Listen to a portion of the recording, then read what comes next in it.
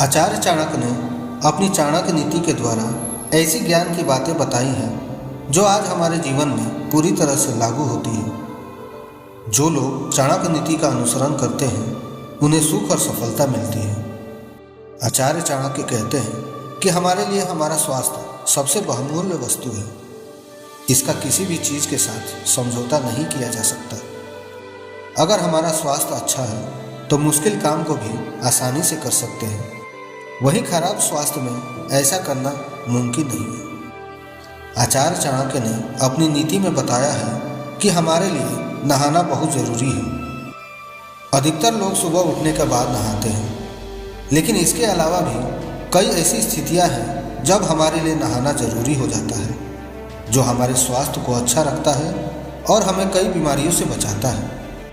तो चलिए हम जानते हैं कि ऐसी कौन सी परिस्थिति है जिसके बाद हमें नहाना ज़रूरी होता है।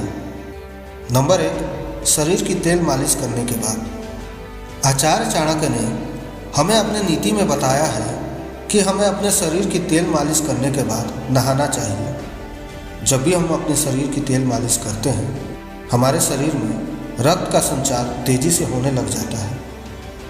ऐसे में हमारे शरीर के छोटे छोटे छिद्र खुल जाते हैं। यह वो छिद्र होते हैं जिनसे हमारे शरीर से पसीना निकलता है। तेल मालिश के बाद इन छिद्रों से हमारे शरीर की गंदगी मैल के रूप में बाहर निकलती है। ऐसे में इस मैल को अगर दूर करना है तो इसका आसान सा रास्ता है स्नान करना। नंबर 2, शव यात्रा या शमशान से आने के बाद।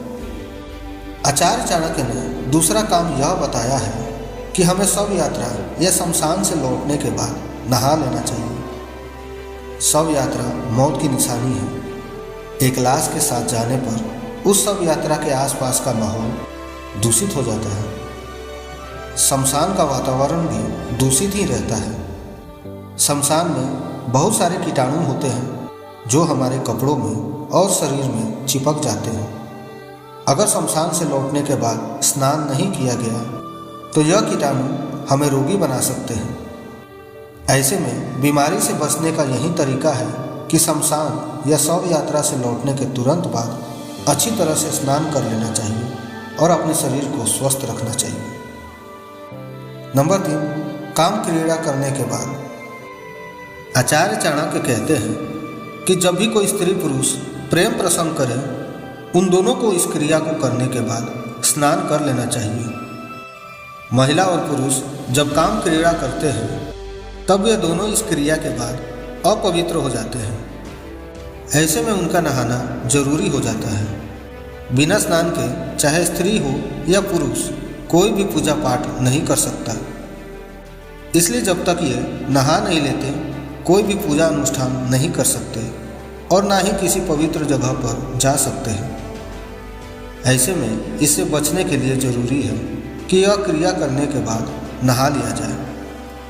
नंबर 4, बाल कटवाने के बाद नहाना जरूरी है।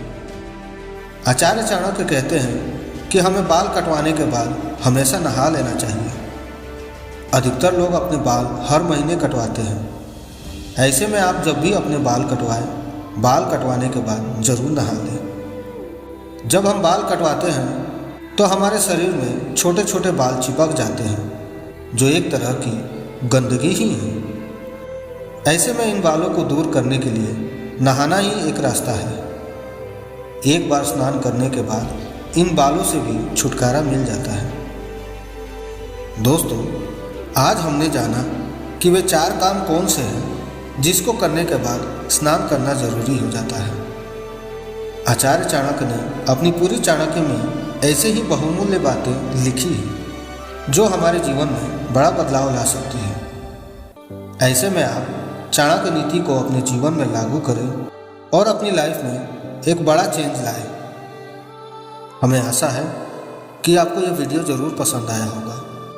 ये वीडियो अगर पसंद आया हो तो हमारे चैनल को सब्सक्राइब करना ना भूलें और साथ ही बेल आइकन को ज़रूर से दबा दें, ताकि ऐसी ही मोटिवेशनल वीडियो आप तक हर रोज़ पहुंचती रहे और आप उससे फ़ायदा उठाते रहें। फिर मिलते हैं अगले वीडियो में। तब तक के लिए धन्यवाद। जय हिंद, जय भारत।